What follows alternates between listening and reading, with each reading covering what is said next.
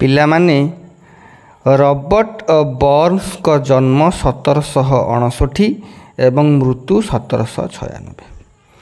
ସେ ସ୍କଟଲ୍ୟାଣ୍ଡର ଜଣେ ବିଶିଷ୍ଟ କବି। ତାଙ୍କ କବିତାରେ ପାରମ୍ପରିକ ସ୍କଟିଶ୍ ଯେଉଁ ପ୍ରାଣ ପ୍ରାଚୁର୍ଯ୍ୟ ବା ବାସ୍ତବ ଧର୍ମିତା ଲକ୍ଷ୍ୟମାନ ହେଇଥାଏ।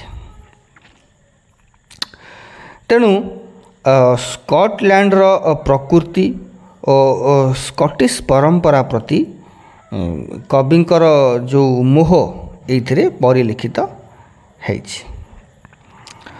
ରବର୍ଟ ବର୍ନ୍ସଙ୍କର ଯେଉଁ ଖ୍ୟାତିଟା ତାଙ୍କର କବିତା ସଂକଳନ ଯେଉଁ ପୋଏମ୍ସ 1786ରେ ପବ୍ଲିଶ ହେଇଥିଲା ତାରି ଉପରେ ଆଧାରିତ।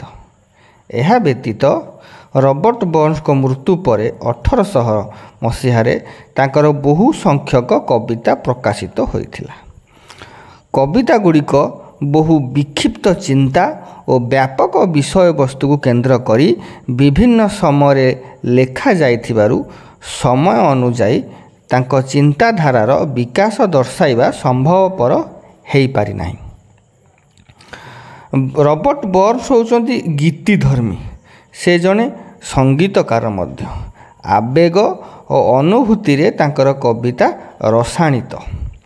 ଉକ୍ତ ଅନୁଭୂତି ମୁଖ୍ୟତଃ ସ୍କଟଲ୍ୟାଣ୍ଡର କୃଷକମାନଙ୍କ ଜୀବନ ଉପରେ ଆଧାରିତ ହେଲେ ମଧ୍ୟ କବିଙ୍କ ଲେଖନୀରେ ତାହାର ଆବେଦନ ସାର୍ବଜନୀନ ହୋଇଉଠିଛି।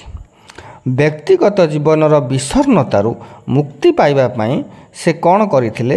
ନିର୍ଜନତା ଅପେକ୍ଷା ସାମାଜିକଙ୍କ ମେଳରେ ସମୟ ଅତିବାହିତ କରିବାର ସେ ହେଉଛନ୍ତି ପକ୍ଷପାତୀ। ଏ ଦୃଷ୍ଟିରୁ ସେ ଗଣତନ୍ତ୍ରର ସମର୍ଥକ। ରୋମାଣ୍ଟିକ୍ କବିଙ୍କ ପରି ସେ ଫରାସୀ ବିପ୍ଳବକୁ ମଧ୍ୟ ସମର୍ଥନ କରିଥିଲେ। ତାଙ୍କ କବିତାର ବ୍ୟଙ୍ଗ, ହାସ୍ୟ ଓ ୱିଟ୍ ଯେଉଁଟା ଆମେ ବୌଦ୍ଧିକତା କହୁଛେ କବି ବାଇରନକୁ ମନେ ପକାଇ ଦେଇଥାଏ ଆମ୍ଭମାନଙ୍କୁ। ତେଣୁ ସାମାଜିକ ଜୀବନର ଅଧପତନରେ କବିଙ୍କ ପ୍ରତିକ୍ରିୟା କ'ଣ? A man of all that କବିତାରେ ପ୍ରକାଶ ପାଇଛି। ଧର୍ମ କ୍ଷେତ୍ରରେ ଭ୍ରଷ୍ଟାଚାରକୁ ବ୍ୟଙ୍ଗ କରି ସେ କେତେକ କବିତା ଲେଖିଛନ୍ତି। ଗଣତନ୍ତ୍ରରେ ବିଶ୍ୱାସ, ସାମ୍ୟବାଦ ଓ ମୈତ୍ରୀରେ ମଧ୍ୟ ତାଙ୍କର ବିଶ୍ୱାସ।